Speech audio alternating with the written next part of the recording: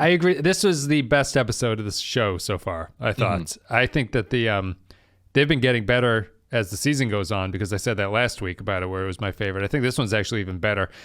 I thought this was the best marriage of references and independent jokes out of anything. Like, I thought that the comedy worked better here than it worked in anything else, and it was a lot of references, but it wasn't the show sitting around saying, look at the references we're making. It was just like sort of burning through a ton. Like, I almost, you show me this episode before any of the others, I'd say this is a whole season worth of material that you're referencing here, and you're just burning through it in 22 minutes. But I liked it. I thought that they continue to take all of our advice. They sort of split up the crew. This is more of an ensemble thing, that everyone is involved equally in it. The characters are split up a little bit more, and the character pairings are different, because each Lower Decks character goes off with their own cast of characters and their storyline. And I don't know. I thought it was clever and funny, and like even small jokes like Tendy's subplot has confidential material, so everyone's eyes are blacked out in the thing. It's very funny.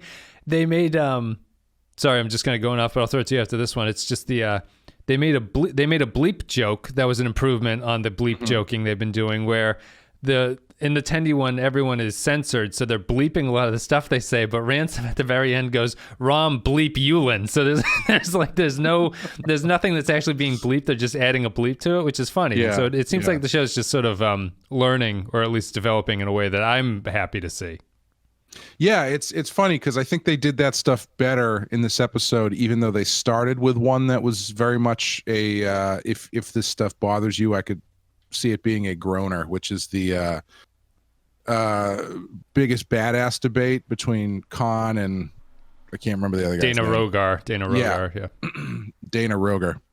Is that a podcast host? Dana. It's a UFC championship owner. It's a horrible. If you put Joe Rogan and Dana White into the Fly transport, you get this horrible mutant third being called Dana Rogar. You covered that episode just to embarrass you. Do you remember what episode that is? Do you remember that name? I'm not embarrassed. It's of course I don't. You don't remember his hair? No, I remember nothing of that. The Hunted episode, which has James Cromwell as the guy who creates a super soldier and has to hunt him down, and Picard has to track this guy through the ship. It's the one where Geordi says, you better double it. It's that Geordi episode. Sounds great. I look forward to seeing it. You should listen to the podcast about it.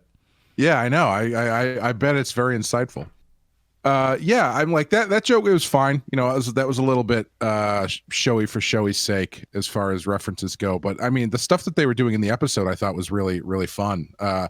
I actually, the vibe that I got from this whole episode, which I don't know if that's why it stuck out to me so much, but a lot of it felt like nightmares almost. The different scenarios, even though they're played for laughs, it's like the whole Rutherford sequence felt like a nightmare to me, where it's like, you're not really sure what's going on. You wake up in this crazy situation, then you black out and wake up in another situation. Like, it's constantly moving. They all kind of had that element of being put into a situation that you're not prepared for. Yeah. Which is a staple of nightmares. Dream about being in high school in your underwear or whatever the trope is. I had a dream once that I was playing guitar. I had to play guitar for Iron Maiden, but I didn't know any of the songs. And you're at like Rock in Rio in Brazil, and you're standing there, you have no idea what's going on, like that kind of thing. But obviously, yeah, I know that's what you play. Just yell "Fear of the Dark" a bunch of times, and they seem to love it. Obviously they're not playing it for a scare factor or anything like that, but it's the tension of it was nicely baked into it, because that is a universal stressful situation, being thrown into something that you are expected to perform at a high level and you have no idea what's going on. Yeah. I'd say it's a darker take, or I don't know, I don't think it's cynical. Maybe dark isn't the right word either, but it's a kind of maybe adult is the right word. I feel like that's the kind of thing that I think the show has to go for. There's one like a fairly adult joke where the cat doctor at the end says, "I think I'll shave my blank." Like they bleep out, It's just like, it's like, wow, that's kind of adult for whoever they think that they're aiming this at. But I like it when the show does that. So I like the nightmare scenarios, and I like the kind of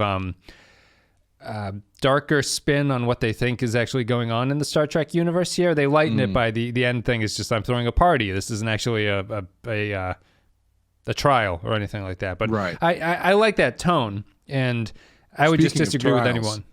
What's that? Speaking of trials, the Q sequence was my favorite part of the episode. I really enjoyed that. I had to look up on Google that was actually Delancey. It didn't sound like him at all to me. I know he's 30 years older than he was at that time. I think he's just older at this point.